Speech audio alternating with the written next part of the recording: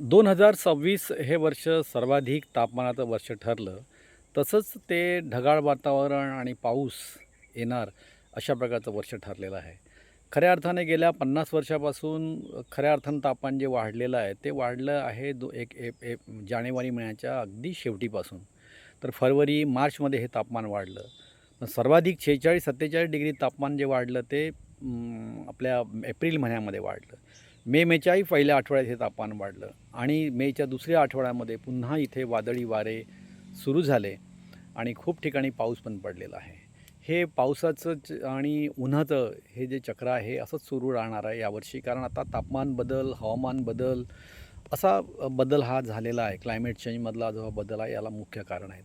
आता मेच्या शेवटच्या या दिवसामध्ये तापमान पुन्हा वाढेल. 47 डिग्री 48 डिग्रीपर्यंत तापमान जाईल आणि मेच्या शेवटी पुन्हा वारे सुरू होईल, ढगाळ वातावरण, पाऊस ते पण सुरू होईल.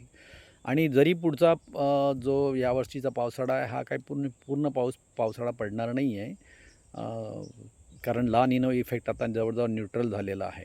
त्याच्यामुळे पुन्हा नंतर पाऊस उशिरा का येईना पण त्याचं प्रमाण कमी राहणार आहे.